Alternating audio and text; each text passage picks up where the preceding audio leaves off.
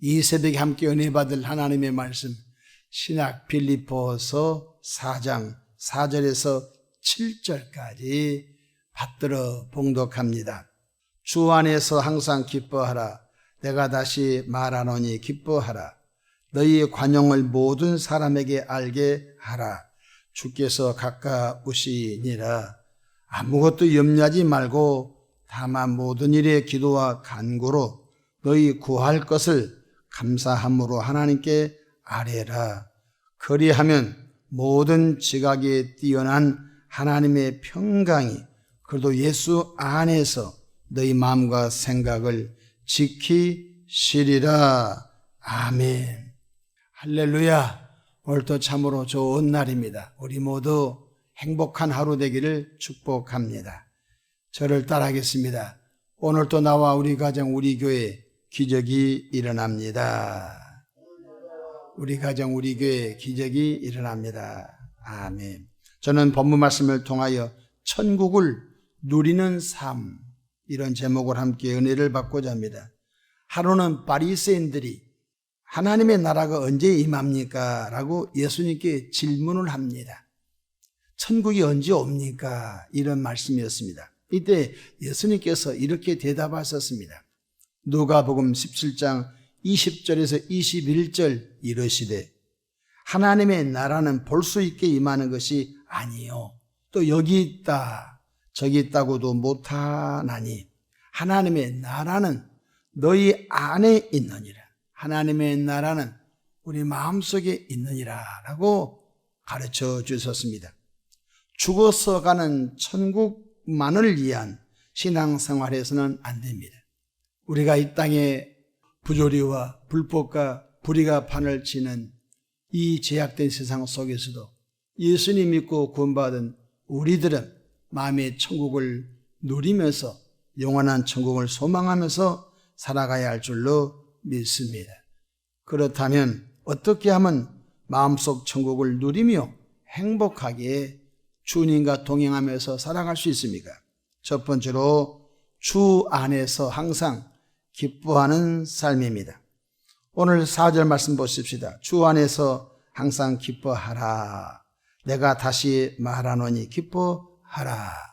사도 바울은 뜨뜻하고 편한 곳에서 이 성경을 쓴 것은 아니었습니다. 복음 전도하다가 로마 감옥에 감금되어 노년을 보내고 있는데 그의 사랑하는 빌립보 교우들을 향하여 귀한 은혜의 말씀을 전하게 되었습니다. 깊은 감옥에서 내일에 대한 희망이 없었습니다. 언제 죽음이 올지 모르는 그런 상황 속에서도 주 안에서 빌립보 교인들아 항상 기뻐하라. 내가 다시 말하니 기뻐하라. 이렇게 말씀해 주셨습니다. 사도 바울은 외부 환경에 따라서 기뻐한 것은 아니었습니다. 철저하게 자기 마음속에 이루어진 천국 때문에 기뻐했던 것입니다. 이 세상은 기뻐할 일이 별로 없습니다. 코로나 이후 고금리, 고물가로 인해 서민들이 살아가는데 기쁨이 이미 상실되어 버린 것 같은 삶을 살아가고 있습니다. 그런데도 예수 그리스도를 구세주로 영접하여 구원받은 우리는 죄사함의 기쁨, 구원받은 기쁨, 하나님의 자녀가 된 기쁨 뿐만 아니라 천국 백성이 됐다는 기쁨, 주님이 나와 동행하는 임마누엘의 신앙 때문에 기뻐해야 할 줄로 믿습니다.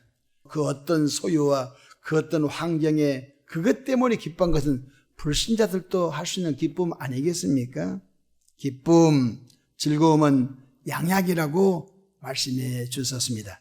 잠언서 17장 22절 마음의 즐거움은 양약이라도 심령의 근심은 뼈를 마르게 하느니라. 할렐루야.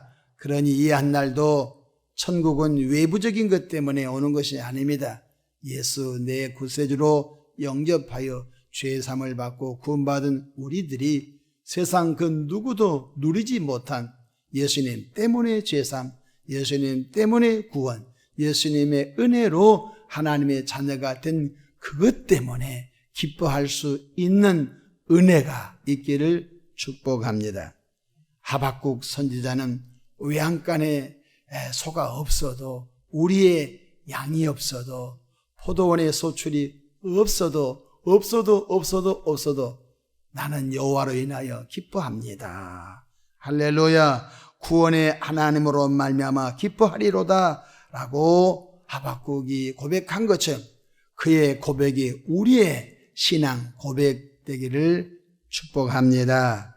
둘째로, 모든 사람과 화평한 관계를 이루는 삶이 바로 천국을 누리는 삶인 줄로 믿으시기 바랍니다.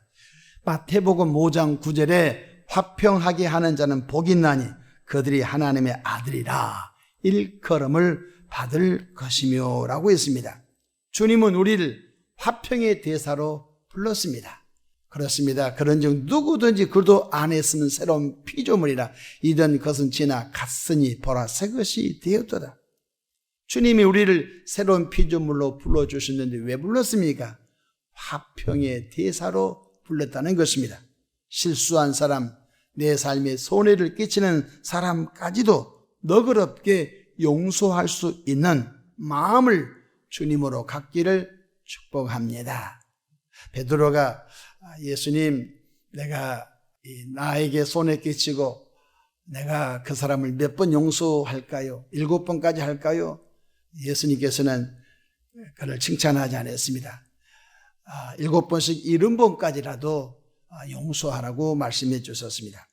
오늘 본문 빌립보서 4장 5절에 너희 관용을 모든 사람에게 알게 하라. 주께서 가까우시니라 말씀하셨습니다.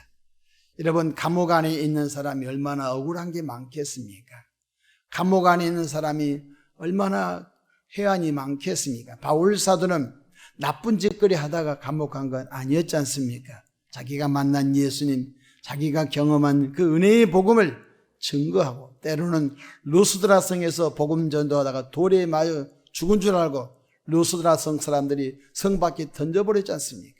네, 사도 바울의 제자들이 전도하다가 들어오다 보니까 성 밖에 사도 바울이 피투성이 된 것을 발견한 걸 볼 수 있지 않습니까? 사도 바울은 가는 곳마다 복음 전도한 것 때문에 많은 돌맞음, 많은 상처가 있었습니다. 동족들로 인하여 죽음의 그런 위협도 받았습니다. 인간적인 마음으로 얼마나 섭섭하고 얼마나 그런 불편한 마음이 왜 없었겠습니까? 그런데도 바울 사도는 예수님 때문에 핍박받은 거 나의 상급이다 하면서 깊은 감옥 안에서 빌립보 교인들아 관용하면서 살아라.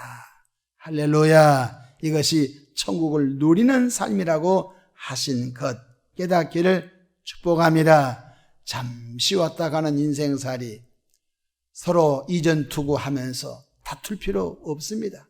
지나놓고 보면 별것 아니었는데, 아무것도 아니었는데 그것 때문에 그렇게 입에 거품 물고 싸울 필요 없습니다. 그냥 관용하고 그렇게 용서하면서 그럴 수 있지 하면서 불완전한 사람이니까 다 저런 모습이 있을 수 있지 하고 넘어가는 은혜가 있기를 축복합니다. 마지막으로 매사 모든 일에 기도와 간구로 하나님을 의지하는 삶이 천국을 누리는 삶인 줄로 믿으시기 바랍니다. 천국은 엄마 아빠가 갖다 주는 것이 아닙니다. 예수 영접한 저와 여러분들이 세상 그 무엇으로도 채울 수 있는 예수님을 우리 마음속에 구세주로 영접하셨으니 모든 일, 매사 모든 일에 기도와 간구로 하나님을 절대 의지하는 삶을 이 하루도 살아가기를 바랍니다. 빌립보서 4장 6절 보십시다. 아무것도 염려하지 말고 다만 모든 일에 기도와 간구로 너희 구할 것을 감사함으로 하나님께 아뢰라. 그리하면 모든 지각에 뛰어난 하나님의 평강이 그래도 예수 안에서 너희 마음과 생각을 지키시리라. 아멘. 세상 살다 보면 자녀 때문에 근심거리가 왜 없겠습니까? 세상 살다 보면 세상의 직장 일터 사업 거래처 때문에 왜 염려가 없겠습니까? 인생은 엄마 탯줄에서 끊어진 순간, 죽는 순간까지 염려 근심 속에서 살아가는 것입니다. 그런데 사도 바울은 깊은 감옥에 있으면서 빌립보 교우들에게 빌립보 교우들아 아무것도 염려하지 말라. 수없이 밀려드는 문제들 그것을 기도와 간구로 주님께 다 내어 맡기라. 그래야만 주님이 너희를 돌보시리라 말씀하셨습니다. 기도는 하나님의 뜻을 또 듣는 시간도 있지만 기도는 내 삶의 문제를 하나님께 맡기는 시간인 것도 깨닫기를 축복합니다. 내 삶의 모든 무거운 짐을 주님께 내려놓는 거예요. 주님께 내어 맡기는 거예요. 맡긴다. 맡기니까 마음이 편안하지 않겠습니까? 우리가 사우나실에 들어갈 때 귀중품은 다 맡깁니다. 맡겨놓으면 마음이 평안합니다. 우리가 호텔에서 이렇게 며칠 동안 머무를 때 가장 중요한 서류 같은 거 거기에 금고에 맡겨놓으면 마음이 평안합니다. 여러분, 우리가 완전한 해결자 주님께 이 문제 맡겨드립니다. 주님께 이 문제 맡겨드립니다. 맡기면은 얼마나 주님이 잘 역사하시겠습니까? 성경 베드로전서 5장 7절에 너희 염려를 주께 다 맡기라. 이는 그가 너희를 돌보심이라. 아멘. 수고하고 무거운 짐진 자들아 다 내게로 오라. 내가 너희를 쉬게 하리라. 그러므로 오늘 또 밀려드는 문제 주님께 패스 맡기는 것입니다. 오늘 또 밀려드는 수많은 문제들 주님께 맡기면서 주님이 주신 지혜, 주님이 주신 은혜로 삶의 현장에서 잘 감당해 나가는 복이 있기를 바랍니다. 이 땅에서부터 천국을 누리며 살기를 바랍니다. 죽어서 가는 천국 있지요? 가나 주님은 이 땅에서 고통스럽게 살다가 천국 오라고 하지 않았습니다. 이 땅에서부터 너희 심령이 가난한 자 복이 있나니 천국이 저들의 것입니다. 또한 천국은 여기 있다 저기 있다 못하리니 천국은 너희 안에 있느니라고 말씀하셨습니다. 늘 주 안에서 기뻐하는 삶이 되기를 바랍니다. 늘 모든 사람과 원수 맺지 말고 화평하는 관계를 누리기를 바랍니다. 매사 밀려오는 수많은 문제들 주님 해 주십시오. 주님 어떻게 하면 좋을까요? 주님 지혜 주시고 주님 만남에 복 주시고 주님 선하고 아름다운 방법으로 이 문제 풀어 주시옵시며 이 문제를 통하여 하나님의 사랑을 더 깊이 경험하기를 원합니다. 할렐루야. 그러므로 오늘 또 마음의 천국을 여러분 상실하지 않고 마음속의 천국을 늘 누리며 살아가시기를 바랍니다. 기도하겠습니다. 좋으신 하나님 우리 아버지, 죽어서 가는 천국만을 바라보며 살지 않게 하시고 이 땅에서부터 마음의 천국을 누리며 살아가는 은혜가 있게 하옵소서. 특별히 교회적으로, 가정적으로, 개인적으로 하나님 이 험한 제약된 세상 속에서도 복음운동을 펼쳐가며 믿음의 가정을 이루어가며 믿음의 가문을 이루어가는 은혜가 넘치게 하옵소서. 오늘 또 출퇴근 등하굣길 어디서 무엇을 하든지 주님의 방법으로 지켜 주시옵소서.